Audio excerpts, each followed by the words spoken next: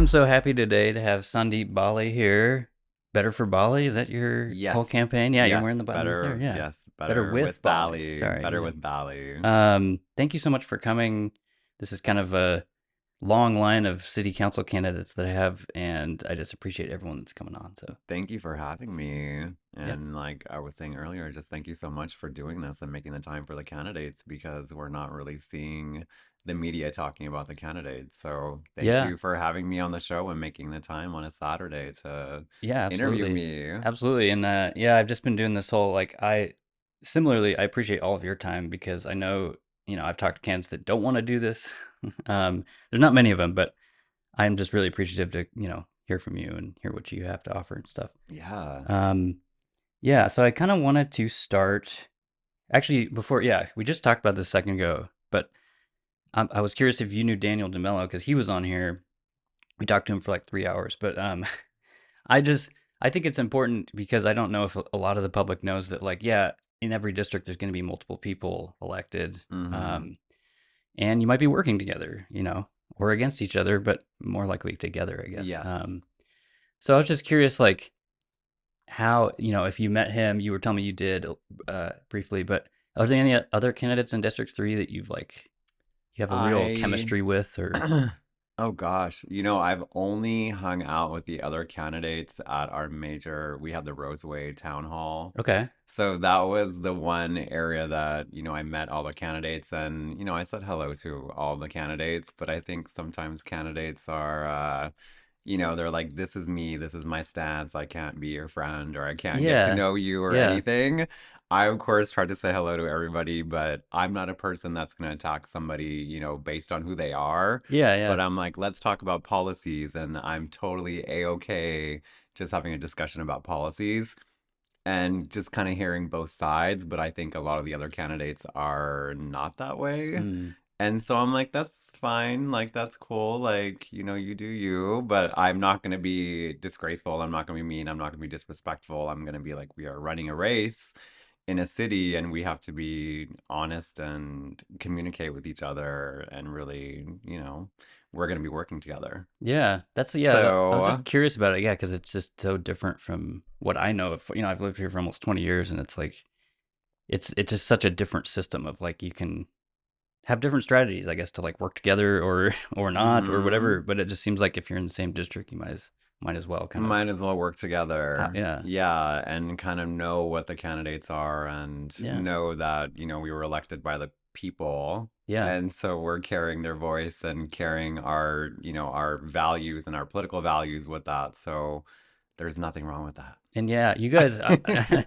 maybe I shouldn't say this, but you guys are definitely my favorite. I am in District 3. I don't know if I said that on the show before, but you and Daniel, so far what I've seen, have just like blown me out of the water, blown Oh, me thank away. So, you. Thank you. Thank you. I you'll be never on one like of really my, get that. the ranked thing Right, that the ranked we're all choice. waiting for. So, Yeah. um, and I do want to talk about that in a little bit, but first, because it's topical, I wanted to talk about this smell story.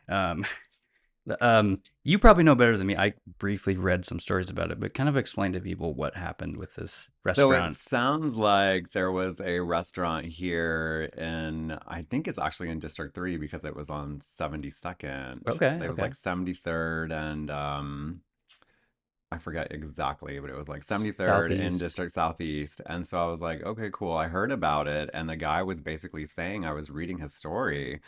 And he's like, the city got complaints from neighbors that his restaurant wasn't smelling good. And at one point, a city inspector went over there and said it smells like a wok, which I think is just like completely That seems like a problem inappropriate. already. Yeah, Like, completely yeah. inappropriate. I didn't read that part. Yeah, I am someone like, I love cooking and I have like my friends out there, some of them are Vietnamese and they've taught me how to make pho and yeah, I've made pho in my own home and I'm like, it smells great. yeah. You have That's what I'm like the like. ginger, you have the garlic, you have, the anise seeds, you have all the spices that you get that are specific for pho and, making the chicken broth. it just like permeates out of the house, but a beautiful smell. Yeah, Smells yeah. like health to Like, me. yeah, that's like I was thinking most people when they hear it smells like a walk, like that's a good thing. Yeah, I You mean, know? it is a good thing. And I Yeah. feel like when the city inspector said it smells like a walk, it was like in a negative point where Hmm. they were fined because of that smell. Yeah.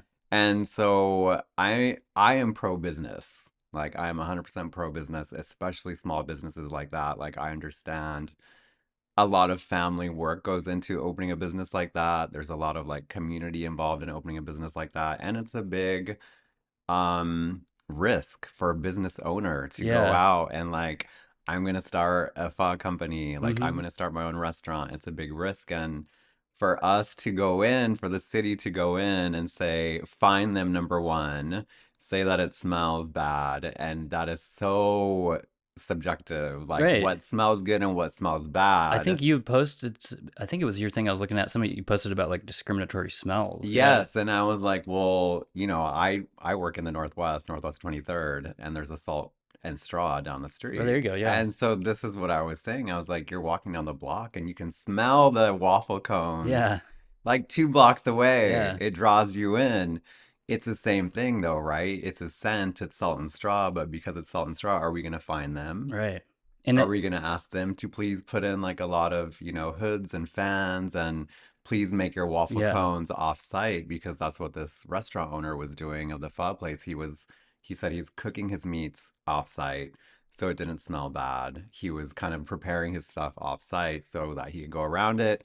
He put in, fans and things so that the smell wouldn't be, so strong. Yeah. But he still, at the end of the day, was fined by the city and could not keep up with that and had to shut his business down. Wow. So I just think that that's a policy that they need to look at. A smell policy doesn't really Yeah. make sense because different cultures have different smells that they like and different foods. I mean, I think about that fruit that comes to my mind, durian. Yeah. Yeah. The Dorian. Yeah. I think I had one for the first time in the past few years. Yeah. Yeah, and it's like the smell can be, strong, Yeah. but the taste is decent and it's good for you. Hmm. So, are we gonna tell places you can't sell that? Like Yeah. It's just such a weird. And it's, and one of the reasons I wanted to bring it up because I think most people didn't even know. Was it the city or the county that put the sign on there and everything? Do you remember? I think it was I don't remember to be But either honest. either one, it was just like I think most people didn't even realize that was like a policy that like like we Yes, cover smells and yes, aromas and stuff, and yes. it's just like, what are we doing? What Yeah. are we doing? It's not promoting small businesses. No. Yeah. Definitely not promoting small businesses and finding them for something like that. And when you really critically think about it, we smell smells coming out of restaurants all the time. Yeah. That's what draws us to them. Mm-hmm. And who is to say that the smell of pho being cooked is offensive versus the smell of ice cream cones is pleasant? Yeah. Like, who's the boss on that? And it's like I don't know if you've ever watched Shark Tank. Anyway, they talk about this on Shark Tank sometimes in Disneyland and different places. They'll purposefully pump scents out to bring customers Right. in, and it's Yes. I totally agree with what you're Yes. saying of like how do you just like you can't like separate these smells and be like this one's good, this one's bad. Like it just doesn't make Right. any It's sense. So just like it's for the individual to figure out. yeah. And I actually looked at a map of where that restaurant was, and there's a restaurant, there's I think they're like in a little shopping center. There's another, you know, Mm. business right next to it. And the houses that are located there are like across the street. They're far Yeah, it's away not from the like restaurant. yeah. So I'm just like really surprised that this became such an issue and it kind of, escalated to the point where the business owner had to shut down its business. That's just it's And he wild. has Yeah. two other businesses that, obviously if you have three locations, you're doing something right. Yeah. Yeah, and I wonder I And the guess Portland location is the one that closed down. yeah, I was just wondering you I get probably don't know this obviously, but I wonder if that he's going to move it out of Portland or the county I or think something. it's Yeah. done. He's like, yeah, because he has one in Happy Valley, Right. and then he has one in, I want to say Beaverton, somewhere outside of the city. Okay. So he's just done with the He's like I'm out of Portland. I'm here. done with it, and I Yeah. think we're seeing that a lot. Yeah, definitely. Yeah. I We're know seeing that a lot. Clackamas I feel like has absorbed a lot of, and obviously Clark County, a lot of people move up to Vancouver. Yes, definitely, Yeah. definitely. Anyway, yeah, I just wanted to bring that up because it was topical. So yeah, let's get into yeah. Just tell me why you got into this race, and I'm also curious how you feel about the new city council form because there's just so many. I have a lot of opinions on it. There's some Yeah. things I like about it, some things I don't. But I'm curious. Well, I'll start out just saying I ran for Portland City Council the last Yeah, election. yeah. So it was like my first go into it. You got some experience I then. have some experience into it, and it was just me doing it on my own. I started out because I have a passion for the city. I came to Portland in 2009 Okay, to pursue my degree in pharmacy, okay, my doctorate in pharmacy, and I actually lived in Hillsborough. That's where our health campus was, and then finally moved to Portland actually in 2012 when I was like, I'm a professional now. I want to move into the city. That's yeah, where I want to be. And so I moved into the city in 2012 and worked and just absolutely fell in love with the city. When I came in 2009 for my initial pharmacy school interview, I fell in love with the city. I yeah. was just like, Portland is so beautiful, so clean, so many restaurants, bars, breweries, cafes. Like, It was a special time it back was a then. very Yeah, special time. And I think we were headed like really in the right direction. So I stayed. yeah, yeah, yeah. And I looked for a job here and I, went through the pharmacy ranks of jobs and then I ended up really with my dream job of what I wanted to do was a pharmacist working in HIV. Okay, And that kind of added on to, Hep C and there's also some mental health and substance abuse with that as well. So I kind of ended up in my dream position that I really wanted to be in. And so I nice. was like, I'm staying. I can't leave this now. And I got very invested in the city and bought a house here. And now I'm like, I'm here. You're here, yeah. Like I'm not going You anywhere. I got can roots in eat, the city, I yeah. have roots in the city. I am a Portlander. Mm-hmm. It would be easy, I'm from Reno, Nevada. Okay. And so my parents still live there and they're loving life out there and it it's always on the back of my mind like you can always move back. Yeah. And I just think at this point for me, and I've told friends this as well, it would be an easy escape Yeah. to go back to It's pretty that. close by, yeah. And I was just talking about this the other night. I've met these guys at this restaurant and they were asking about my candidacy. And I was saying, Reno now has a lot of the Portland brands like Sizzle Pie, Pine Street Okay. Biscuits. Okay. Some of like the Portland coffee places are there as well now. Mm-hmm. So whenever I go back, I'm like, it's turning very Portlandy, Mm, right?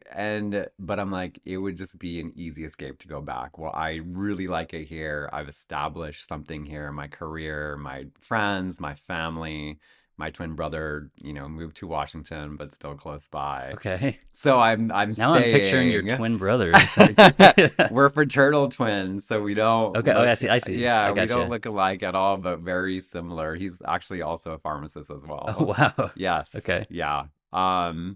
So I'm here, and that's really why I'm running because I love where I live, and I can visually see every day that policies that we've come up with Mm-hmm. are hindering the growth of our city. And so I want to come in and reverse some of those policies and look at really expanding our city and getting it back to what we were Yeah. in 2009, 2012, and those times where there's businesses here, there's tourism here, Mm-hmm. there's transportation is working well, everything is kind of, working. Yeah. And I we're mean, not quite there yet. you see it on the side of every city Portland car, the city that works, Yes. which Yes. a lot of people are like that doesn't make sense anymore. But Yes, I know. I've had people joke like we should sue the city because it's not true. I'm And like, I'm like, yeah, if that's your path you want to go down, like go for it. No hate. it's a good. I don't know. I think I see those cards and I think about that all the time. So I agree with those people, but I don't know if they'd win the case, um, but no, I was just thinking that's important because, and maybe this is stupid to some people, but I've complained about this on the show before. I feel like there's a lot of candidates in this race who don't necessarily have that retrospective. They haven't seen the change that you've seen and that I've seen. Mm-hmm. Um, so I think to a lot of people, the status quo is fine because they've never seen the old Portland and the. Right. So I don't know. I just think that's important that that's one of the reasons you're running. And Yeah, I've definitely seen that change and that, the shift in Portland. And that shift is, to me, not in the positive direction. yeah, I think like our policies are taking Portland down. And I have seen this just watching policies from the last election, being pushed forward. And now here we are, 2024, nothing's really changed. yeah, And I always say, when people are like, things are changing, they're getting better. And I say, like, the proof is in the pudding. Like, just mm-hmm, open your eyes on your way to work. You can see it. yeah, We definitely, see the garbage. We see the homelessness. We see the mental health. We see the addiction just going unchecked. yeah, And that's something that we really need to get serious about fixing. yeah. I Yeah. I was thinking too, maybe you and feel free, I can edit this out, I guess, if we don't talk. But I thought you had a unique background with your pharmacy experience of like with addiction and all that stuff. Mm-hmm. Is that something you want to comment on or? Yeah, no, we can completely talk about that. I have a lot of patients that have, had addiction issues and they've gone through the entire cycle of, I can't say if they were like completely homeless or, where they were, but a lot of them, I try to keep a professional relationship with them. Yeah, yeah, But a lot of them, I will say, have gone through that cycle where you're at your high low, which is your highest drug high, right, which is the lowest point in your life. And you're still kind of chasing that high low, and you realize, like, this is not working. My partner has left me, my family has left me, my right. friends have left me. This addiction is like taking over. That's what addiction is. Sacrificing all of your life. You're Yeah. sacrificing all your life for this, whether it be, drinking or meth or heroin or, Hmm. sex, like whatever it It is. just gets replaced with the addiction. Yeah. Yes. And so it's a real thing. It's like something that I think the other candidates are not talking about because addiction is a real thing. And I see my patients that were addicted to meth. I see them that were addicted to alcohol and they have gone through that, but through medications, which they take every month Hmm. on time, and they're now like flourishing individuals. Wow. And you can Yeah. see like even the couples that, addiction kind of brought them apart and, one person decided like, okay, I'm gonna deal with this. And the other person had the support and I see them in my pharmacy. It's like they're together. Wow. They're still doing their thing. They got their dogs, they're happy, they got their apartment, they have made it. Yeah. And I think that's the real story that people need to hear out there. Like, allowing what we're allowing to happen on the street is just really addiction and mental health unchecked. Yeah. So we as Portlanders have to decide, where do we say we're putting a stop to this? And it's no longer compassionate to allow people to live like that. Yeah. Yeah, it is. So, Yeah, it's just such a unique background that you have that fits in with that. I feel like because I was I I was actually writing notes for another candidate I have coming on this month, but you can answer this too. Like, I don't know anything about Narcan. Does that cross over into your world or it like? does, Yeah. yeah. So working in a pharmacy, the state board, the board of pharmacy basically came up with a decision to make it so that pharmacists can write the prescription for Narcan. Okay. And so I've actually had a bunch of young people come into my pharmacy and buy Narcan. It's expensive. Really? I think it's like either 40 to $60 for one. Wow. Okay. And we run it through, we do everything. We take all the documentation and then we give them the Narcan, which is fine, but Narcan is really a band-aid Hmm. in like a bigger issue that's going on, right? You shouldn't have to always go to Narcan. Yeah. Yeah. And Narcan is not the save all, at the No. end Yeah. of the Absolutely. day. Yeah. Like To me, it's I just think it just ping pongs people back to life, and then they just get And they stuck in their just addiction. continue. Yeah. Yes. I mean, it keeps them alive, which is great. Hmm. Like they have time to process and, come out of it. But from what I'm seeing in it, it's just give them Narcan so that they don't pass away from Right. their overdose or, die of an overdose and then they're back to it. Yep. So we need to really look at what's going on. And I think at the real healthcare level, like with my lens on it, Hmm. it's really, it stems back from people really going through traumatic situations, experiences, Hmm. and those situations and experiences just kind of perpetuated and rolled into a ball. And then once you start up on a drug to try to, you know, hide that and keep it away, then that drug takes over. And I Mm. kind of mentioned this online. It's like you're constantly chasing the purple dragon, and like no one knew what that was. But I think this is a term like back in the day, like I know chasing the you dragon. know, I've done enough chasing the drugs in drag, my life to know. chasing Yeah. that dragon where you're just like, oh, I want that high, I want Right. that high, but Yeah. it actually never gets to that high ever Yeah. again. You Yeah. never experience the drug the same way because it's already changed, your body's physiology. Yeah. It's one of the reasons, yeah, I talk about it on the show a lot is because, when I was in my 20s, I used to do a lot of like more drugs. I don't know. I don't really do drugs anymore, but when I was in my 20s, ecstasy was a big drug. A lot of these things, MDMA and all that stuff. Yes. And obviously now it's like you can't get that because fentanyl is in everything and it's dangerous. Yes. Yeah. Um, but I talk about it a lot because yeah, you know, before fentanyl, it was chasing that high, and now you're chasing that high with fentanyl, and have a high likelihood of dying or overdosing. So it's Mm-hmm. just a completely different game, Mm-hmm. and I don't have to tell anyone in Portland as they see it on the streets, and people smoking fentanyl on the streets and Mm-hmm. stuff. So, Mm-hmm. but yeah, it's just I really appreciate your perspective on it because I Yeah. never thought Thank about it from a you. pharmacist's angle. Yeah, definitely on a pharmacist. I mean, fentanyl is actually a medication. I've talked about this as well. It's a medication that should be used under the supervision of a doctor, Right. of a healthcare practitioner. I mean, that's the law. If you Yeah. actually look up the laws of how fentanyl should be used, even by like health professionals, it should be used under the supervision of a health Because professional. it's my understanding one of the you know most powerful painkillers under medical It care that's is. given. Yes, it is. And And yeah, c- go ahead. so the other kind of token to it that I think a lot of the public doesn't understand is that with fentanyl, you have to already have been taken an opioid. What we call in like healthcare, it's called opioid naive. Okay. So if you're someone that's never taken an opioid and you take fentanyl, it can be lethal to you. I've never heard that. Okay. Yeah. So it's just like something that's out there that I think a lot of healthcare practitioners know, but not the general public. Yeah, So, and it makes thank sense, you. right? Because yeah, you're saying the first time you take it, your tolerance is just going to be It's no, like it's nowhere, yeah, right? And so you should be taking it under, the care of a healthcare practitioner. So that's why we're seeing so many overdoses. That's why we're seeing so many deaths right. because fentanyl is so strong to, help you with pain if that was your issue.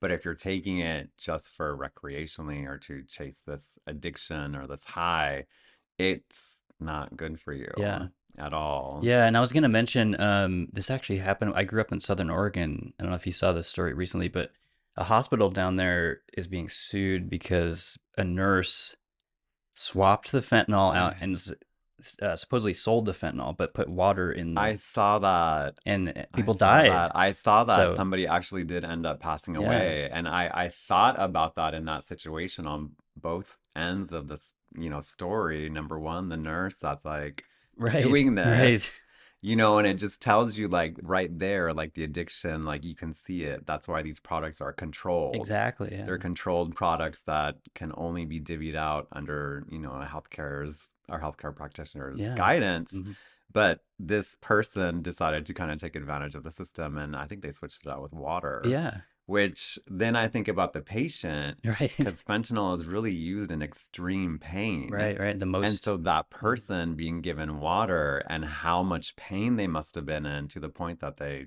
passed away, yeah. It's unfortunately. just wild. Yeah, because there's so many interesting angles to it, like you just pointed out. Yeah, and my the one I want people to know more than I don't know, I guess they're all important, but is like, yeah, it's so addictive and such a appealing drug to addicts that people in hospital environments are selling it because it's Mm-hmm. in high demand, and Mm-hmm.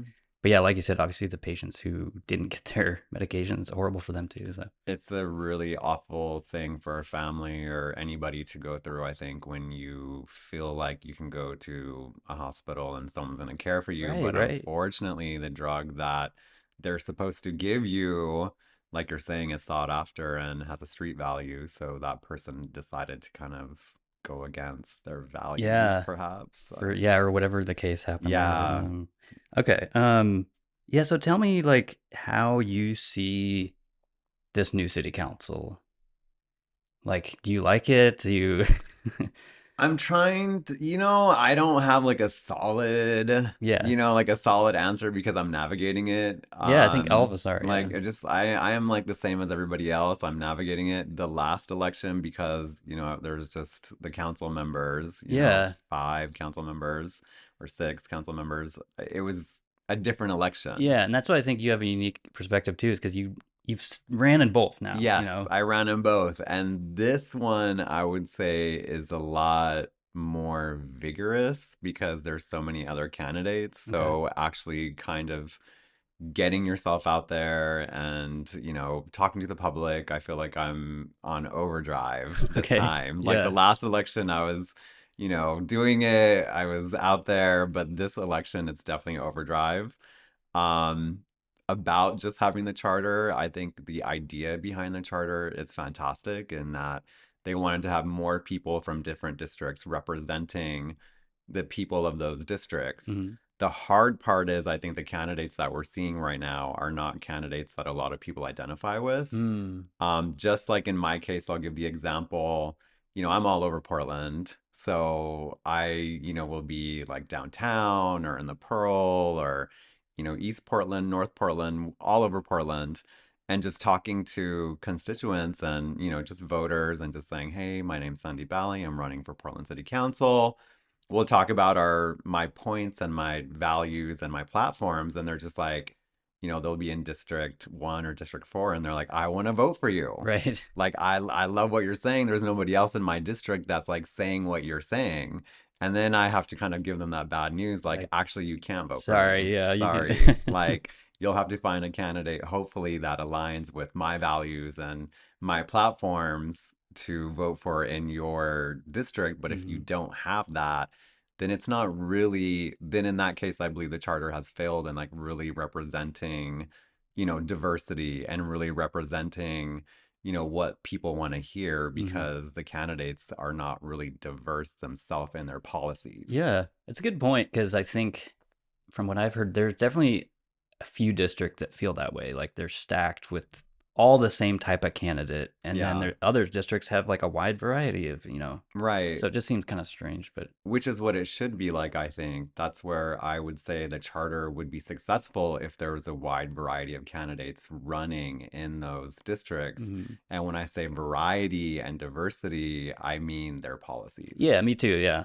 I'm not Like, just talking about skin color, but right, it's like, exactly. It's just something for people to kind of like, I think people get lost in it for yeah, some reason. I yeah, don't know why, but I don't like to like identify myself like by my skin color or my sexuality or like, where I'm from or anything like that. As mhm, a politician, as a person, I'm like, look at me for my policies. Look at yeah, me for like what I'm saying, what my values are. Am I talking about common sense policies that are going to help the city?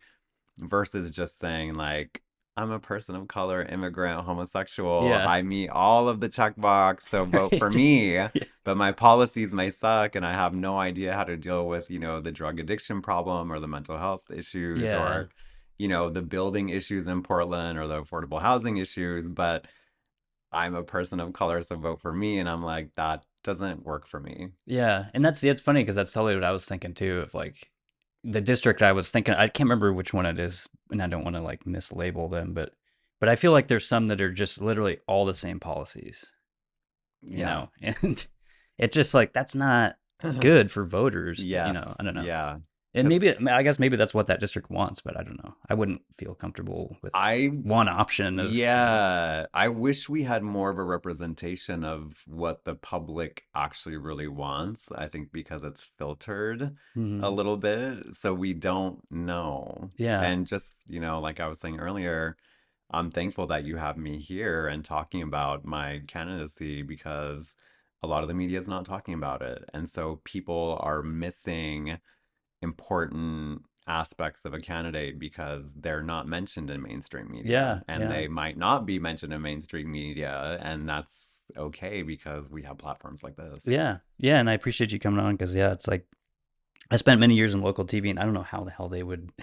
What are they gonna have a panel of 20 people on that? It's like, and then if you did it individually, it's just gonna take forever, and each person would get like 5 minutes, and it just doesn't make My sense. last candidacy, I did a meeting with the Mercury and Willamette Week, Okay, and they were interesting, if anything. The Willamette Week, I mean, they'll hate me for saying did they this. do the Willamette camera thing in the They did like the office? And camera, and they yeah, have all of their reporters there, hmm, and I felt like if they even smelled a little bit of dislike in your policy, they just were like, we're ready to attack you. okay, And I was wow, like, okay, so this is how this works. interesting. This is, Yeah. it wasn't like this. Yeah, it's got to be different too, just from your experience of, yeah, like there's so much more focus on each candidate, right? Because there's less of them running, Yes, yeah. um and I also imagine the old way was like, because you said you were just doing it all yourself, like Mm-hmm. I'd imagine there's a lot more money behind each candidate back in Mm-hmm. that way.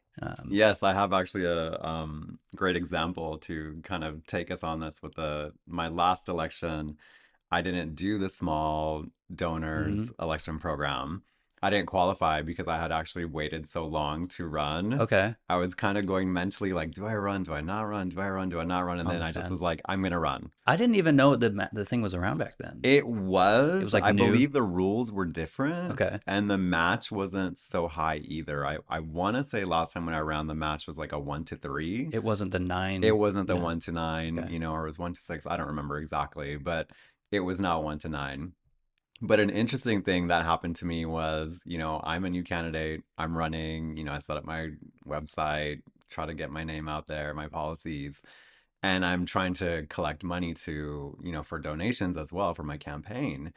And because I didn't meet a certain threshold in meeting this, the small donors campaign, Hmm. automatically a lot of the media just was like, we're cutting you out. Yeah. You're not allowed, like a lot of debates that were had, during that election, I was just cut out. And so I'm curious if this time, it is difficult getting 250 donations. Yeah. And so I'm curious this time if I don't make that mark, will I be cut out by the mainstream media? Yeah. And I'm kind of at the point now where I'm like, I don't care. Like, we'll Right. just Yeah. see, Yeah. Yeah. like, how it goes. Yeah. But I'm not so worried about it. Like, of course, donations mean that people are interested in your campaign and what you're saying. But we're in a time right now where people don't want to donate. They Yeah. don't have that money to donate, That's true. Yeah. And a lot of people, I don't know. I'm kind of a finance nerd, but a lot of people like to say that inflation's gone and stuff, and it's certainly not gone. Like, It's certainly not and I gone. complained about this on last week's show. Also, if anyone, I guess everyone in Portland is a PGE customer, my bills have been insane because of this rate increase. Yes, same. So I think people are feeling that. But I will take this time to say, I tell this to all my candidates, I'll donate to you, anyone who comes on the show, to do the match, because I do think the match is a cool thing. A lot of people complain about the 9 times match, I think it's too high, but I'm doing it because I'm trying to support all the candidates. And if you like what you're hearing from Sandeep, do it. I would say do it as well. $20 will get the match. So Yes, yeah. yeah, go to his website and donate if you like what you're hearing. Um, do you have any qualms with the match thing, or do you like how it's set up right now? Um, I've gone through it with them. I Yeah. feel like because I'm I'm a common sense candidate, I'm constantly just like questioning all the Oh policies. yeah, yeah. So I believe the match is like, to get it straight, I believe they will match $5. That was like their cutoff Okay. was, so like if someone gives $5, they will that's part of the 250 donations that Right, qualify for right. the match. So when I started my campaign, I was like $3 for Mm. District 3. Oh, I like that. It's like a Like marketing it's just ring. like, Yeah, it's yeah. just something And everyone can that afford that. $3 is Yeah, something you can afford. yeah. But to my surprise, unfortunately, the city basically said those donations won't count. Interesting. And I kind of brought up an interesting point, and this kind of ties along what we're seeing right now with like, I went on a ride along to a bottle Oh stop. my God. Bottle drop A center? bottle drop center, thank you. Good Lord. Yes. I can't imagine. So I Yeah. did a police ride along and I went to the bottle drop center Mm-hmm. and I had the reality. All of this was going on during that time. The $3 for District 3, the small donors election is telling me they can't, like, they're not gonna, Mm-hmm. take that. And I'm just thinking about voters, people, who do I see, went to that center and I'm watching, women, men, families, teenagers, kids, like bring in their bottles You and they got get big 10 bags. cents, big bags. Yeah. I mean, this is real life. Yeah. They have, they're putting in their bottles 10 cents per bottle. And I thought to myself, I'm like, okay, so if this person who I'm having a conversation with and they like my policies, they like my platforms. They're like, I want to vote for you. Mm-hmm. But literally, they cannot, like, asking that person to donate $5. It's like It's a hard thing to ask. they have to Yeah. put in 50 bottles before they can donate Yeah. $5. Yeah. And so, my thing to the city and to the elections department was like, the are we really representing the populace? Mm. If they can't even donate to, a candidate because the minimum is $5, Yeah. is that an issue? And why is it It's a it's five a it's a good dollars? question, yeah, of why you can't do it all or Why is it a $2. Yeah, dollar? yeah. I mean, it should be Because just if like you're the match really, program yeah, if is it's a real, representing everybody and, is gonna allow their voice to be heard. Well, if you have a dollar, yeah, it's your a real voice is heard. grassroots level Yeah. thing. Yeah. Yeah. I actually never thought about that. Yeah, why there's a minimum Why of a there's a yeah. minimum, I'm not sure. And it just started because I started the $3 for District 3, Mm, and then they had an issue with it. And then when I went to the bottle drop center, I was like, this is a whole new reality because these people would never be able to give me any campaign money because look at how hard they're gonna have to work to just give me yeah, $5. it's a good point. Yeah, and yeah, I was just listening to one of Rational Portland's episodes yesterday on people how you know they were talking about how property crime in the city. People complain that like that's not a real issue. What do you care? But it is. There's just so many examples like that I can think of. If your car gets stolen, you're kind of fucked. Like, Yes. it happened to me Yes. before this, in 2013, and I had that feeling of shock of just like, oh my God, it's gone. Like, what am I gonna do? Like, I still need to Right. go to work and all this stuff. But yeah, it's a good point that like I think a lot of people are right on that threshold of affordability, and Mm-hmm. so yeah, I was curious too. How do you feel about because I heard some interesting stuff this week about how they drew the districts and how I believe is it four the one that goes on the west side and the east side? There's one district that does that, and I think it is for. I just thought that was so unusual. And it seems like somebody published an article this week about how there's still no data on these districts. They don't know how people are registered or even like basic data about it, and it just seems Right. kind of problematic how they drew up the districts. But are you happy Yeah. with them? Do you? I'm fine with how they did the districts. It's interesting for me being like in the biggest district because Yeah. District 3 is by like population of Okay. people the biggest I district. didn't know that. Yeah. Yeah, so I think that's why we have so many candidates in District 3 too. Makes Kind of the sense. the Yeah. stakes are higher. Um, but I'm fine with how they did the districts. Like I said, for the voters, that's like my main issue is that so many people that I meet that are in District 1, District 4, District 2 are like, we love you, we want to Right. vote for you, but they can't. And so that's something that Yeah. then it's like, okay, so the candidates that are picked, do they really represent the city? Yeah. Well, no, Like, yes, we represent our districts, but what about the city? and I promise that this isn't like this isn't like a plug fest, but this is one way that candidates can support you is you can donate to any candidate. That's why I'm saying, Yes, you don't yes, have to live in District 3 to donate to yes, Sandeep if you don't, live in that district. yes. If you're a Portlander, it's like you can donate. Your donation will qualify. To any candidate. Yeah. Yes, to any And candidate. that's why I say anyone who comes on the show, I will donate to, Oh, thank including you. you, So, thank you, thank you. yeah. This one, I asked you this before the show, and there's no way in hell you could know this, but how do you feel like District 3 is going to shake out as far as will there be three? There will be Three. three. Okay. Yeah, there will be three candidates that are going to be in District 3. I don't know. Yeah, it's I okay. think it's like it is a total toss up with the voters on where the voters kind of see things going for the city. I think if we continue to look at the same policies which we've had for so long, and a lot of the other candidates are saying those same policies, Yes.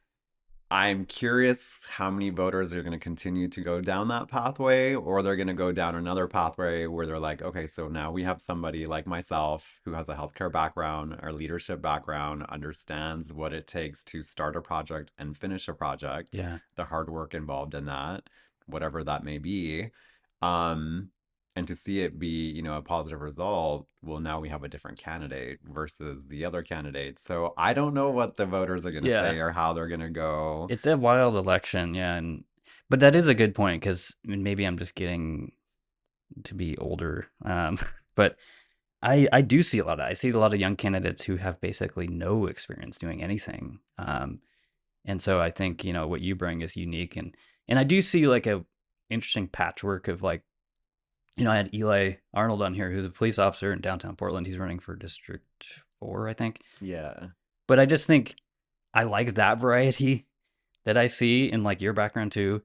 But I do see, yeah, a lot of candidates who basically have just been activists and have no real experience building anything or doing anything other than promoting themselves. So it's like Yes. Yes. I'm glad to see that there is, you know, a series of people with interesting backgrounds like yourself. Yeah. Thank you. Thank And I you. think maybe that's one of the benefits of the new format is there is room for more people. There is room for more people, and I don't know if the cutoff for more candidates has already passed. I don't think it has yet.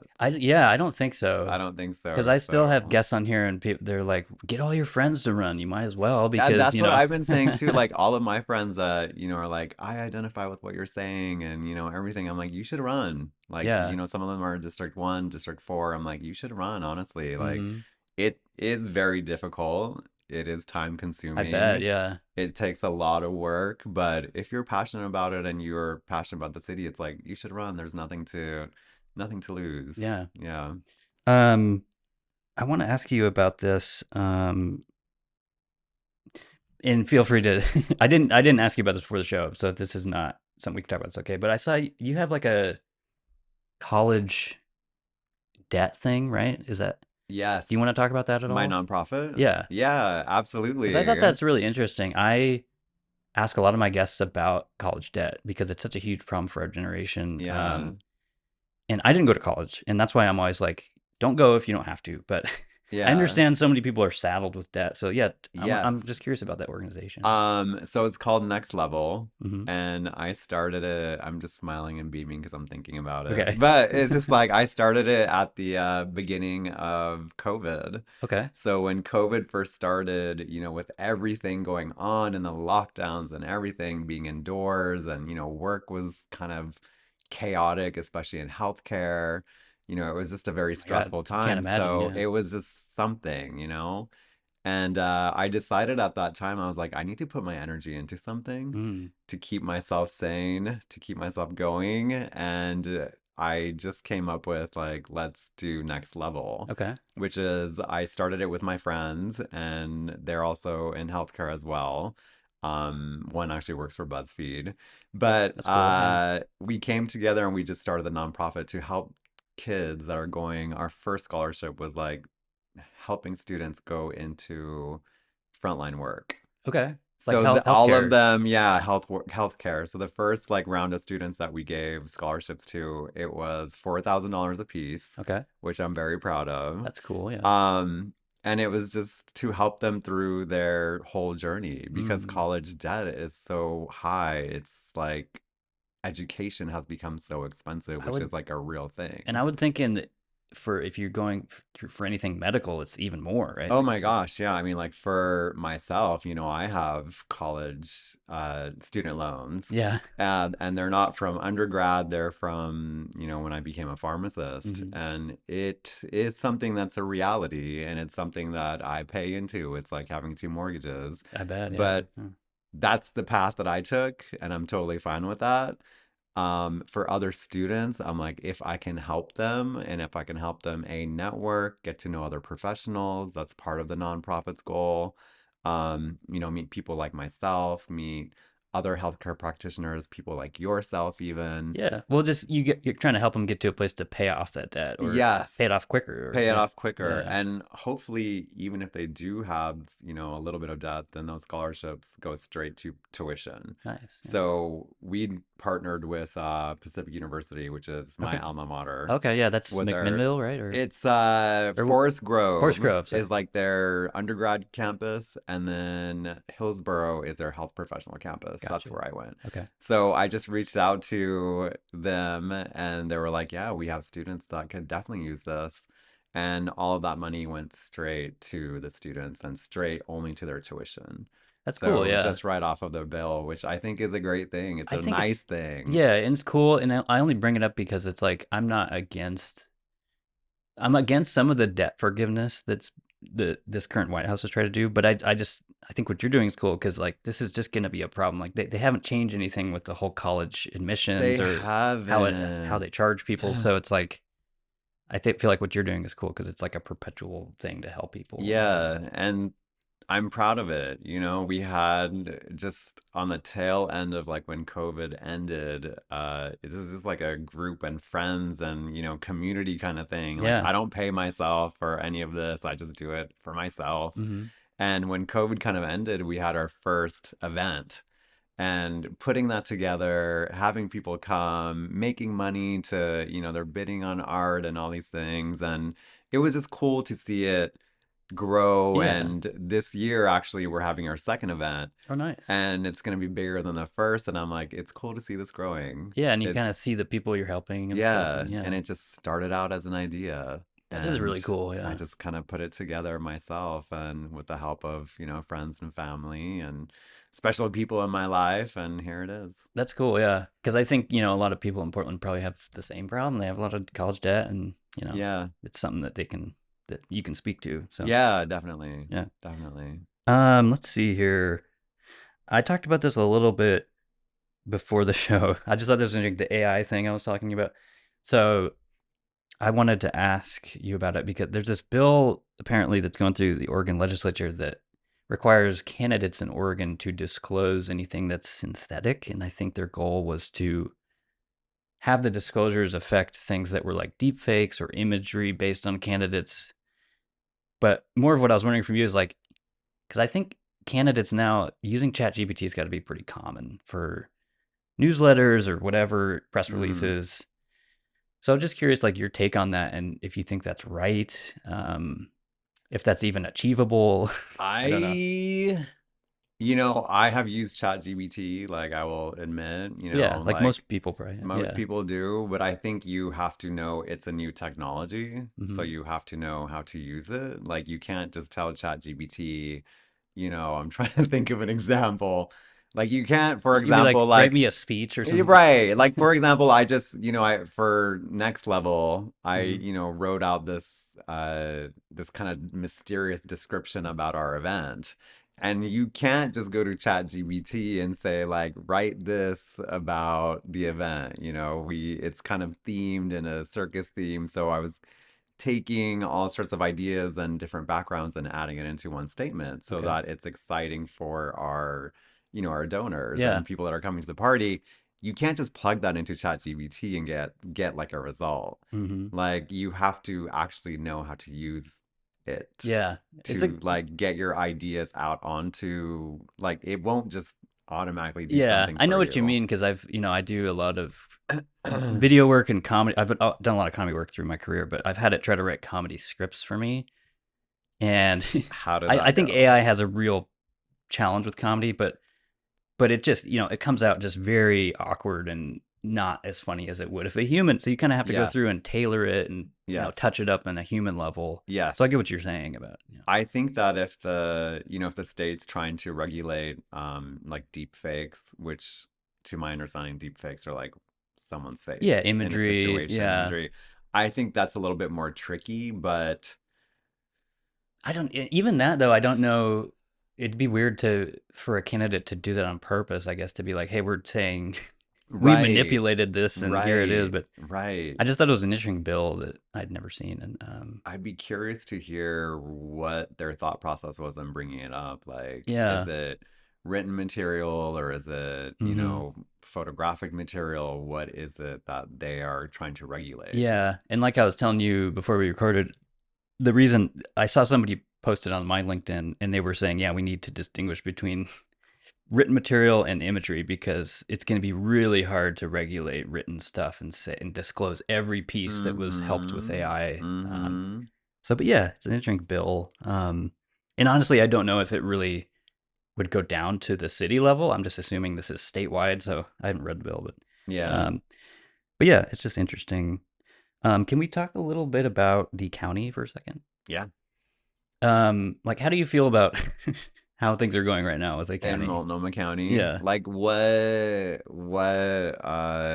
example? Like what do just all of, you I don't know. I am just very unhappy with it right now. Homelessness, the ambulance thing I've been tweeting about.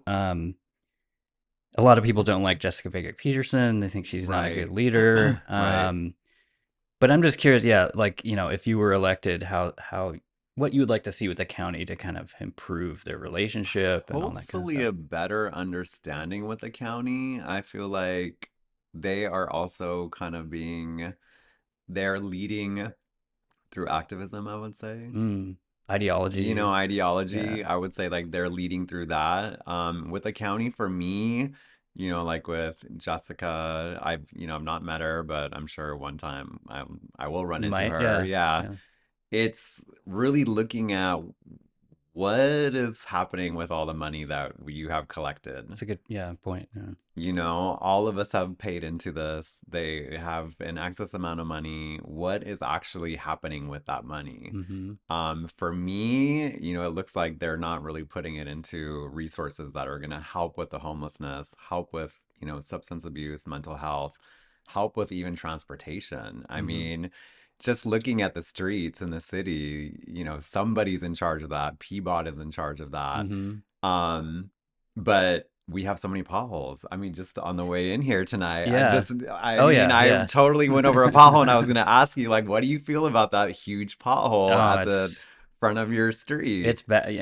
I'm used to it because like this area I live in, what they used to call, I'm gonna get canceled for this, but they used to call it felony flats out here, I've and heard it called that um, before, so but it's always been kind of under cared for, but yeah, especially after the ice storm, there's a whole hell of a lot of new potholes now, and right, you know, I, I'll probably get a lot of negative comments for it, but Peabody to me has been so focused on like bikes and all these other forms of transportation that stuff gets kind of forgotten, in my opinion. right, But yeah, it's in. I learned last week that I believe as part of the charter transition to this new city council, all the city bureaus like that are siphoning a percentage to pay for the transition. So like they're just taking more money from Peabody and all these bureaus right, is money, money that they don't have already. So, right, yeah. but yeah, like a lot of these basic services just go unfulfilled, and like, yeah, like to me, and like what you were just saying,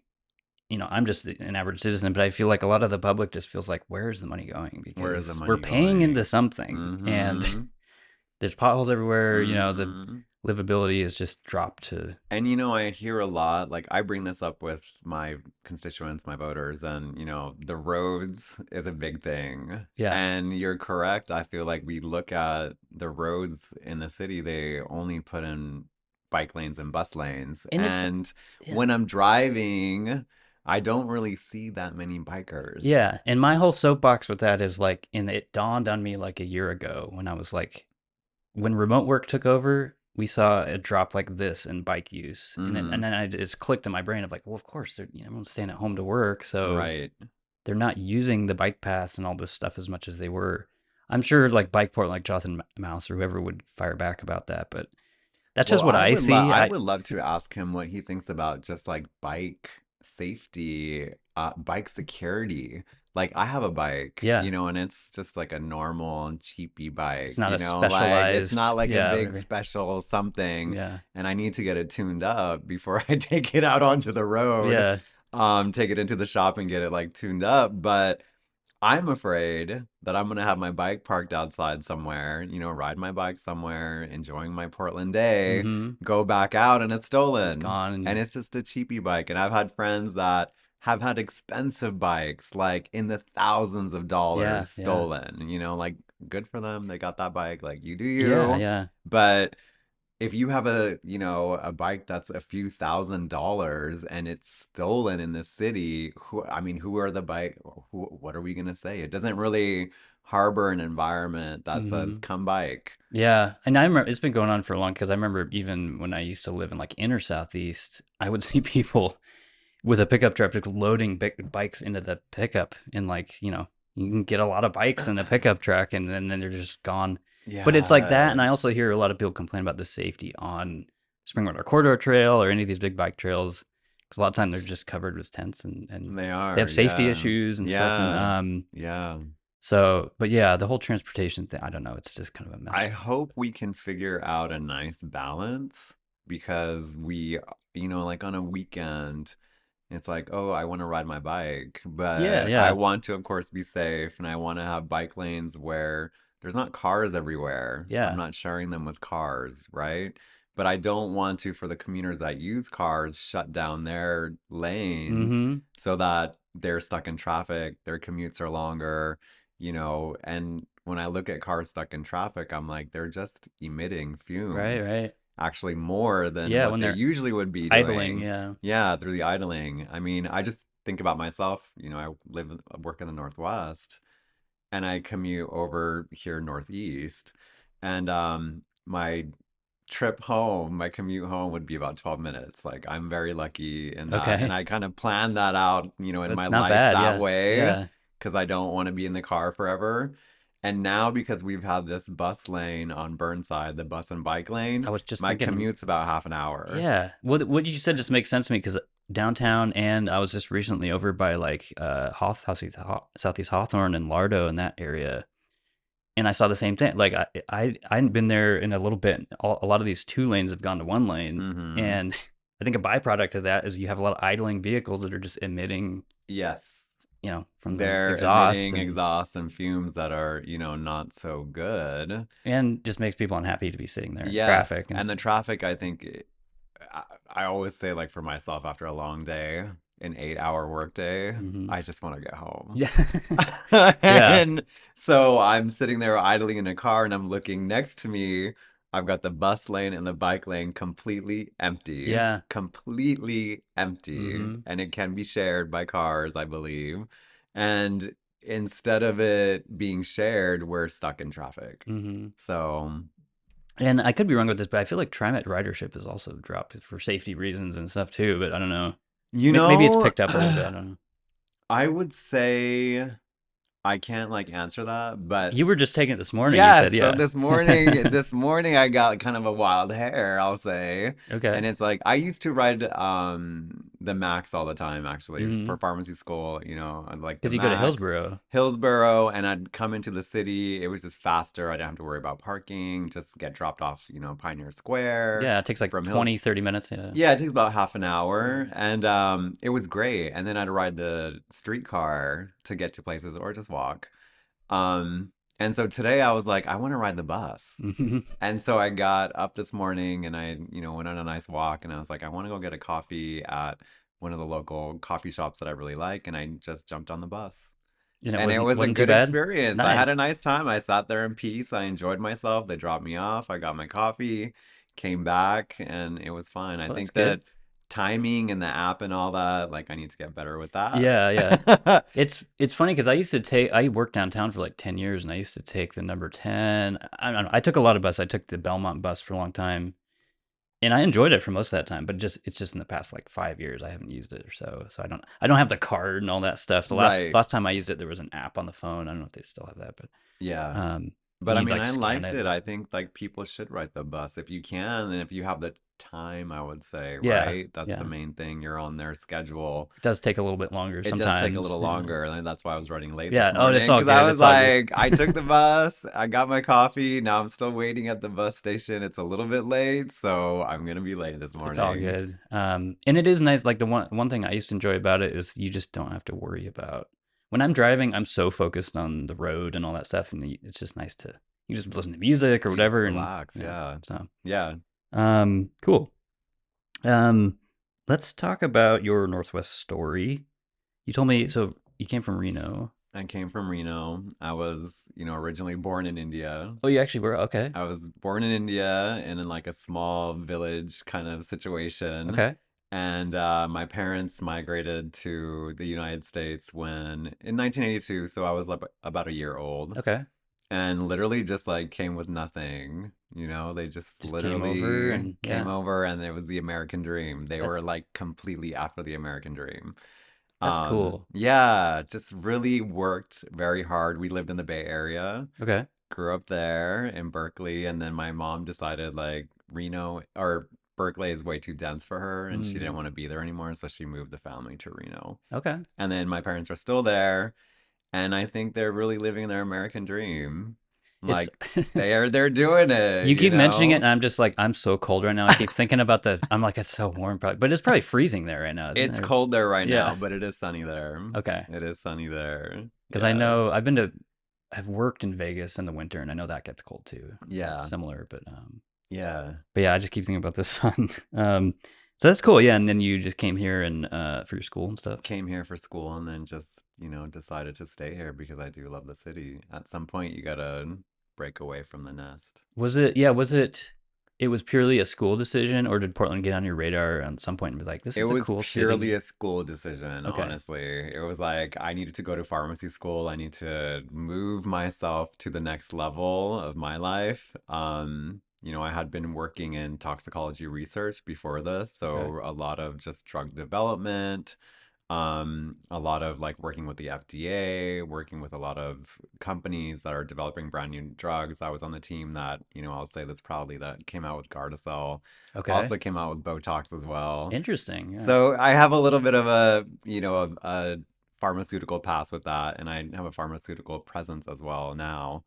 Um, so yeah, That's cool. No, it's a yeah, cool that's how I story. came Yeah. here. I've never, I don't know that I've ever like talked to a pharmacist or somebody with your background. That's cool. Yeah. Thank you. And I was Yeah. gonna say, I know Botox is popping off right now. It's like more popular than it's ever been. So you Yes. maybe had a small part in that. Yes, I did. I did. I was like in the original trials, and originally it was being not being used for, wrinkles and Cosmetic. facial.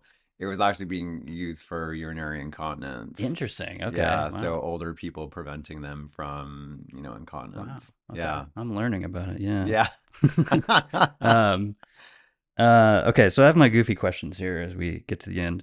I just keep adding more of these, but Excellent.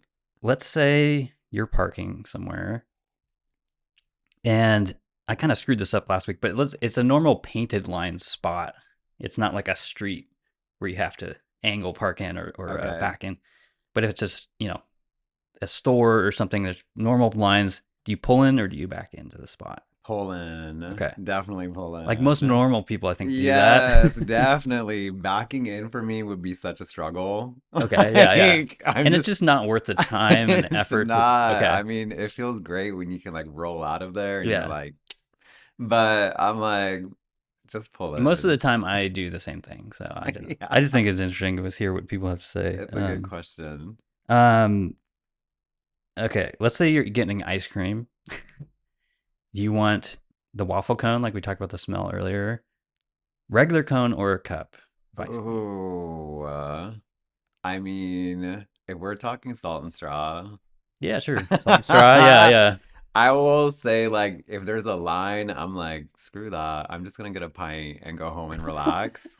Like, I I love that know what answer. I That's great. Yeah. want. Like, I've been in this situation where it's like, I want my ice cream. There's a line down the block, and I know you can just walk in and get the Yeah. pint and like enjoy The the lines are day. just not worth it. It's just Yeah. like I have other things to do. I can wait, but it's like I want ice cream. So I've been guilty of going in there and getting a pint and just walking out of there. I think that's the move though, because yeah, you don't have to wait and you still get the ice cream You and still get the yeah. ice cream, Yeah. but I do love their waffle cones. So if it's like, Okay. I've got time and I'm enjoying the day, I will definitely get one of their big waffle Are they? cones. Because I don't know if I've had the waffle cone there. Is it different? Is it? It's just big or something? It's It's just better. big, and because they make them there, Right. I've seen them like roll them out, and it's just like Nice. a whole experience. Okay. So it's a unique Portland brand. Okay.